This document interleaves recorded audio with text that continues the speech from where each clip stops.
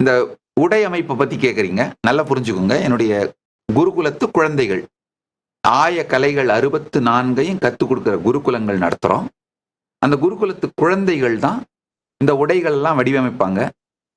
எங்க ஆதீனவாசிகளே செய்யறாங்க. தைக்கிறது, இந்த நகைகளை செய்வது உட்பட எங்களுடைய ஆதீனவாசிகளே தான் செய்யறாங்க. அதனாலதான் பாத்தீங்கன்னா இது எங்களுடைய கைலாசத்தோட எம்பளம். நல்லா தெரிஞ்சுக்கோங்க. இது கடைகளில் கிடைக்கின்ற நகை கிடையாது. கைலாசத்தோட எம்பளம் இது. இந்த கைலாசத்தோட எம்பளத்தையே என்னுடைய சீடர்களும் சன்னியாசிகளும் நகையா வடிவமைச்சிருக்காங்க.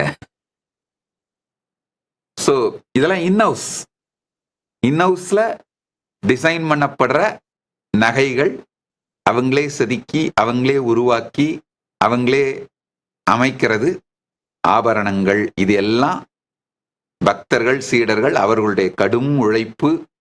அவங்க டிசைன் பண்ணி வைப்பாங்க.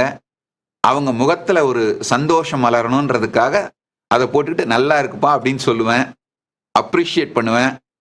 அவங்க ஸ்மைல் பண்றது, அவங்க சந்தோஷப்படுறது எனக்கு ஒரு ஆனந்தம். அவ்வளவுதான். இதுல என்னுடைய பங்களிப்பு எதுவுமே இல்லை.